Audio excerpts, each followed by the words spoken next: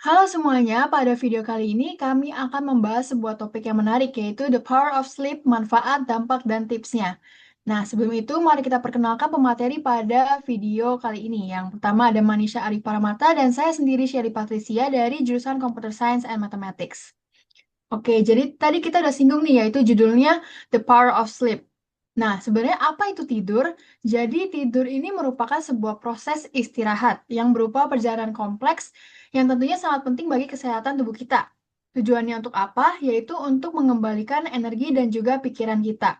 Nah, sebenarnya ada banyak sekali arti tidur itu sendiri dari berbagai ahli, dan salah satunya adalah menurut Lanewati, yaitu tidur merupakan kondisi hilangnya kesadaran secara periodik dan normal. Nah, tidur itu sendiri tadi kan sudah dibilang bahwa tidur merupakan perjalanan yang kompleks. Kenapa kompleks? Karena ternyata tidur ini terbagi menjadi beberapa tahapan atau fase dalam siklus tidur itu sendiri. Boleh di next? Oke, jadi ada 4 tahapan fase dalam siklus tidur. Yang pertama ada NREM atau yang bisa kita sebut sebagai non-REM, fase 1. Biasanya dikenal sebagai tidur ayam ataupun tidur ringan. Nah, pada fase ini kondisi tubuh ini masih belum rileks secara penuh, walaupun pergerakan tubuh dan aktivitas otak mulai melambat. Dan proses ini biasanya berlangsung selama 1 sampai 7 menit. Dan pada fase ini kondisi masih bisa mudah terbangun dan juga sadar. Jadi misalkan kalau kita eh, mendengar ada pintu tertutup atau sebagainya, kita bisa mudah terbangun pada fase ini. Selanjutnya ada non-REM fase 2, di mana fase ini menuju tidur pulas yang ditandai dengan pernafasan dan juga detak jantung yang melambat dan teratur. Nah, biasanya berlangsung selama 10 sampai 25 menit. Pada fase ini, apabila kita mendengar suara, kemungkinan untuk tidak dapat memahaminya dengan baik itu lebih besar. Jadi kita tidak pada fase ini kita tidak lebih mudah untuk terbangun. Selanjutnya ada non-REM fase 3, di mana biasa dikenal sebagai tidur pulas atau deep sleep. Nah, di sini terjadinya pelepasan gelombang delta pada otak sehingga tubuh ini sulit untuk dibangunkan. Apabila berhasilkan dibangunkan pun, tubuh ini nggak langsung dapat menyesuaikan diri atau biasanya kita mungkin bisa disebut sebagai masih mengumpulkan nyawa gitu ya. Nah, biasanya berlangsung selama 20 sampai 40 menit dan pada fase ini eh, fase ini berperan penting dalam dan juga perkembangan sel-sel dan jaringan tubuh. Selanjutnya, fase terakhir ada REM atau Rapid Eye Movement atau tidur bermimpi, yaitu tahapan terakhir pada siklus tidur, di mana pernafasan dan juga pergerakan mata akan berlangsung lebih cepat dan tidak teratur. Nah, bagi kalian yang mungkin sering mengalami mimpi, nah, biasanya mimpi tersebut berlangsung pada tahapan ini. Dan biasanya terjadi sekitar 70-90 menit setelah tidur. Dan keempat fase berikut yang telah saya sampaikan sebelumnya dapat dilihat menggunakan salah satunya elektroensefalogram atau EEG. Nah, kita udah tahu tahapan-tahapan fasenya, selanjutnya kita harus tahu juga nih mengapa tidur itu penting. Nah, jadi apa saja sih manfaat dari tidur? Yang pertama ada meningkatkan konsentrasi dan produktivitas karena tentunya tidur ini mempengaruhi fungsi otak. Selanjutnya meningkatkan suasana hati karena otak itu nantinya akan berperan penting dalam eh, membuat pikiran dan juga emosi serta suasana hati untuk bereaksi lebih baik. Kemudian ada meningkatkan daya ingat, lalu memperkuat sistem imun tubuh seperti yang saya ucapkan sebelumnya di fase 3, di mana sel-sel tubuh dan juga jaringan tubuh akan diperbaiki dan juga dikembangkan. Nah, disitulah sistem imun tubuh akan diperkuat. Selanjutnya juga menjaga kesehatan jantung, menjaga berat badan agar tetap ideal, dan juga mengontrol kadar gula darah. Oke, setelah penjelasan tadi kita jadi tahu kalau misalkan tidur itu sangat penting bagi kesehatan kita. Nah, waktu tidur itu juga em, waktu yang ideal berdasarkan kategori usia.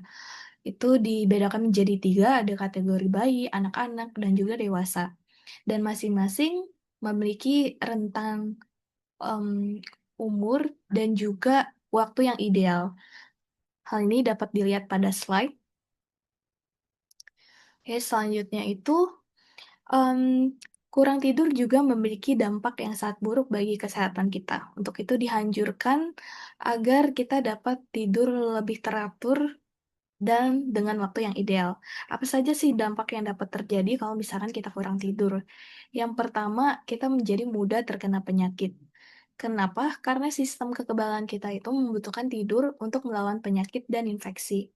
Menurut riset, jika kurang tidur dari waktu ideal, maka hal ini memungkinkan kita untuk melipat gandakan untuk terkena kanker. Lalu yang kedua, kurang tidur juga mempengaruhi berat badan. Kenapa? Karena ketika kita kurang tidur, hal ini akan meningkatkan kadar hormon ghrelin, di mana hormon ini yang ngebuat kita merasa lapar dan juga akan menurunkan kadar hormon leptin yang membuat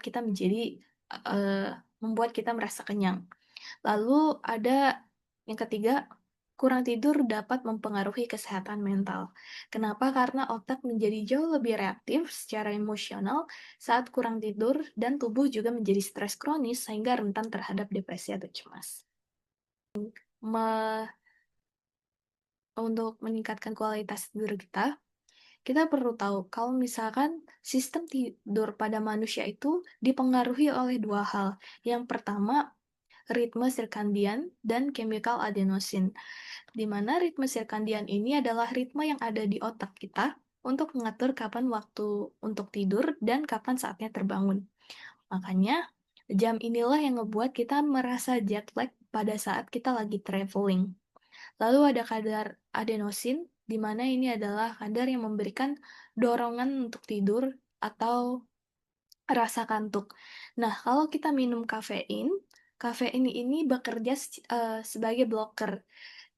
Dia akan mengikat ke reseptor otak yang sama dengan adenosin, sehingga otak jadi tidak bisa membaca pesan kelelahan atau kita jadi tidak ngantuk sementara. Untuk itu, setelah kita mengetahui hal-hal yang mempengaruhi sistem tidur pada manusia, sebaiknya hindari minum kafein pada sore hari. Oke, setelah kita tahu hal-hal yang dapat mempengaruhi kualitas tidur, ada pun langkah-langkah untuk meningkatkan kualitas tidur kita selain dari tidak mengkonsumsi kafein di sore hari. Yang pertama itu menjaga kenyamanan selimut termal yang membungkus tubuh kita di malam hari, seperti suhu ruangan, lalu ada tempat tidur dan juga pakaian tidur. Yang kedua, memastikan ruangan gelap total sepanjang malam seperti memasang blackout curtains atau mengurangi sinar lampu LED biru atau menjauhkan device-device kita sebelum menjelang tidur. Yang ketiga, mengusahakan bangun tidur pada waktu yang sama setiap harinya. Nah, berikut adalah referensi yang kami gunakan selama pemaparan materi. Oke, sebagai refleksi, kalau jika ada dari teman-teman yang bisa tidur lagi pada jam 10 atau 11 siang dan selalu merasa membutuhkan kopi untuk dapat beraktivitas, artinya teman-teman mengalami kurang tidur yang cukup kronis. Jadi, tips-tips yang tadi telah dipaparkan akan sangat berguna. Pemaparan dari kami, terima kasih, semoga bermanfaat.